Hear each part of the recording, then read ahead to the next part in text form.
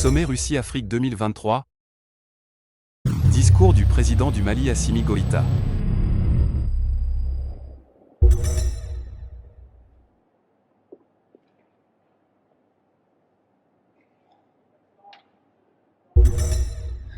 Excellences, Monsieur le Président de la Fédération de Russie, Excellences, Messieurs les chefs d'État et de gouvernement du continent africain, Messieurs les présidents des instances régionales et sous-régionales africaines, et distingués invités, Mesdames et Messieurs.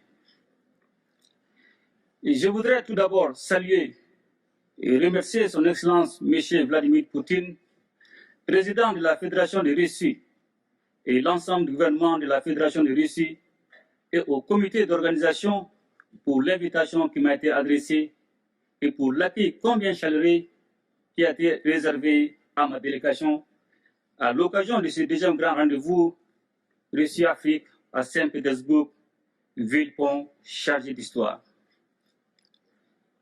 Excellences, Monsieur le Président, distingués invités, la tenue du sommet de Saint-Pétersbourg, moins de 4 ans après celui de Sochi en 2019, témoigne une fois de plus de la qualité des partenariats stratégiques entre la Russie et l'Afrique. Un partenariat fondé sur une amitié de longue date, la sincérité, le respect mutuel, toutes choses qui impriment un caractère spécial à nos relations. Le Mali n'a certes pas de continuité géographique, encore moins de langue en commun avec la Russie. Cependant, nos deux pays entretiennent de solides relations d'amitié et de coopération depuis 1960, date de l'accession de notre pays à l'indépendance. En dépit des bouleversements intervenus, nos relations se sont densifiées et diversifiées avec des succès et des réalisations dans les domaines stratégiques comme les infrastructures, l'agriculture, la santé, l'enseignement supérieur et la recherche scientifique, la géologie et les mines, ainsi que la défense et la sécurité. Malgré la situation géopolitique et la conjoncture mondiale, il est évident, et cela est bien un constat, que le peuple malien est fortement mobilisé aux côtés des autorités de la transition, dont l'objectif est de construire et de consolider dans la durée un partenariat stratégique gagnant-gagnant entre le Mali et la Fédération de Russie pour le bonheur de nos deux peuples.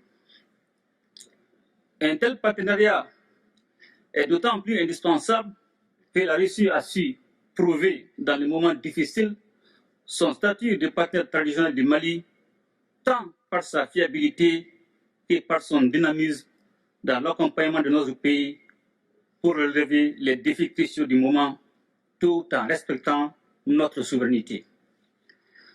Convaincu que la restauration de la paix, de la stabilité et de la sécurité est la pierre angulaire de tout développement, nous avons décidé d'assumer pleinement notre responsabilité première, qui est de protéger nos populations et de défendre l'intégrité de notre territoire. Ce choix stratégique intervient après une décennie de présence des forces internationales sans résultat tangible et dont le schéma consistait à entretenir la menace sur notre territoire et nous maintenir dans la dépendance. C'est pourquoi, dans le cadre du renforcement des capacités opérationnelles des forces de défense et de sécurité, le Mali a noué avec la Russie un partenariat militaire dont je tiens à saluer la fiabilité.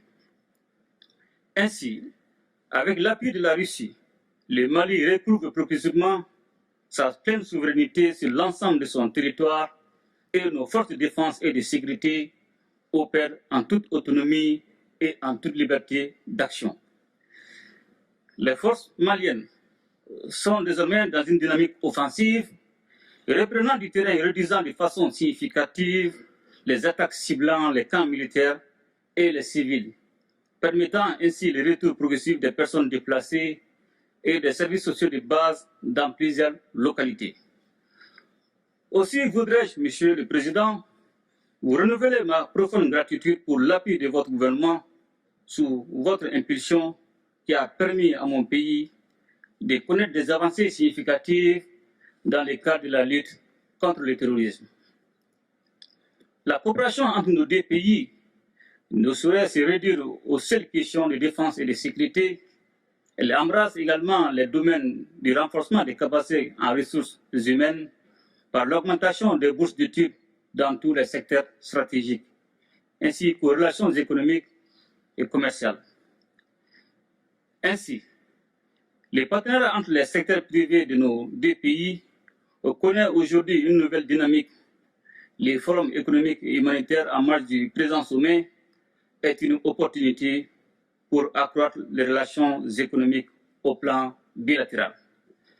Monsieur le Président, Mesdames et Messieurs, profondément enracinés dans nos traditions sociales communes à de nombreux pays africains, les Maliens sont fiers de cette appartenance au continent africain, riche de sa diversité et baigné de traditions séculaires, d'égalité, d'équité, du respect de chaque société et des droits humains fondamentaux. Ce sont des valeurs, des principes et des expériences historiques de justice que nous partageons avec la Russie et qui font que notre partenariat est si spécial. Aujourd'hui plus que jamais, les destins des peuples africains et russes sont liés. Cette interdépendance exige une réponse collective et appropriée aux défis auxquels nous devons ensemble faire face.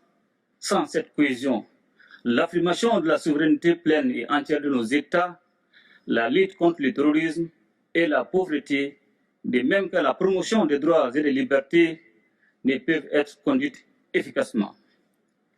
Comme vous le savez, la région du Sahel en général et le Mali en particulier est depuis quelques années en proie à une crise multidimensionnelle résultante de l'intervention de l'OTAN en Libye. Et cela a rendu plus vulnérables les populations déjà confrontées aux effets combinés des facteurs sécuritaires, sociopolitiques, économiques, climatiques, environnementaux et récemment sanitaires liés à la pandémie de la COVID-19. Je voudrais également saisir cette occasion pour remercier tous nos amis et partenaires qui continuent d'exprimer leur solidarité et leur soutien au pays du Sahel en vue de renforcer la résilience de nos populations face à l'insécurité alimentaire et nutritionnelle cyclique. Aussi voudrais-je, Monsieur le Président, encourager la reprise des discussions relatives à la conclusion d'un accord international juste et équitable permettant l'exportation des céréales à destination du continent africain. S'agissant du différend qui oppose la Russie à l'Ukraine, le Mali invite les médiations internationales à plus d'ouverture et de pragmatisme en vue de poursuivre et renforcer les efforts pour un règlement pacifique de la crise. Monsieur le Président, Mesdames et Messieurs, membres des Nations Unies, le Mali reste attaché à la coopération internationale, au multilatéralisme et à un ordre international fondé sur des règles justes et équitables. Il est donc primordial que tous les membres des Nations Unies respectent les valeurs et principes fondamentaux du droit international et agissent de manière à protéger et faire respecter la Charte des Nations Unies.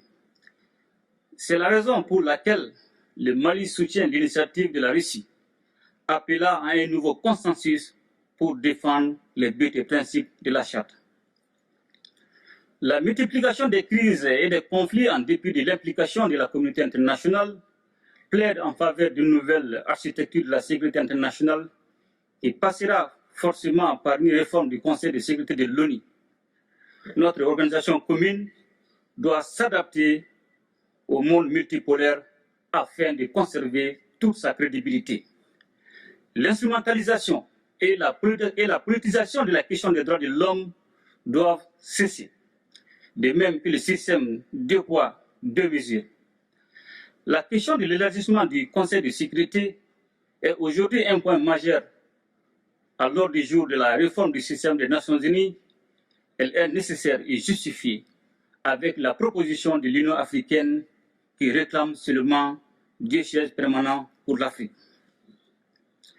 Le sommet de Saint-Pétersbourg nous donne l'opportunité de tracer ensemble les contours d'un espace commun de prospérité, de stabilité et de sécurité. Il reste entendu que ce cadre rénové sera élaboré sur la base des principes de respect mutuel, des relations d'égal à égal et des intérêts partagés au bénéfice de nos populations.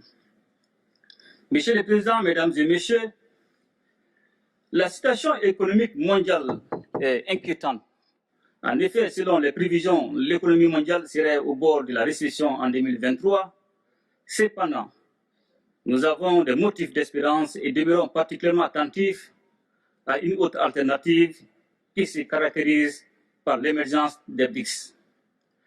Les pays des BRICS se hissent au premier rang de l'économie mondiale et constituent des réponses fiables pour les continents sans contrepartie hypothéquant le développement de notre continent et l'épanouissement de nos populations. Ainsi, les BRICS constituent un réel espoir de soustraire nos pays d'un ordre international fondé sur la domination et la marginalisation. C'est pourquoi le Mali soutient des initiatives telles que créer une banque de développement pour le financement des infrastructures ou encore offrir de nouveaux mécanismes et moyens de paiement internationaux. Excellences, Monsieur le Président, Mesdames et Messieurs, dans un monde marqué par de nombreux défis complexes, la tenue de ce sommet a été accueillie avec enthousiasme en Afrique. Et je suis persuadé que les conclusions courageuses et innovantes à la hauteur des enjeux du moment permettront d'aboutir à un partenariat rénové et revitalisé entre les continents et la Russie, exempt de désinformation. Je ne saurais terminer mon propos sans réaffirmer notre entière disponibilité à poursuivre et renforcer ces relations avec l'ensemble des partenaires sur la base du respect des trois principes qui guident l'action publique en République du Mali, à savoir le respect de la souveraineté du Mali, le respect des choix stratégiques et des choix des partenaires opérés par le Mali, la défense des intérêts vitaux du peuple malien dans les décisions prises. De même, fidèle à son engagement panafricain, mon pays continuera à œuvrer au sein des organisations sous-régionales et régionales pour la réalisation de l'intégration africaine. Vive la coopération russo-africaine, vive l'amitié russo-malienne. Je vous remercie.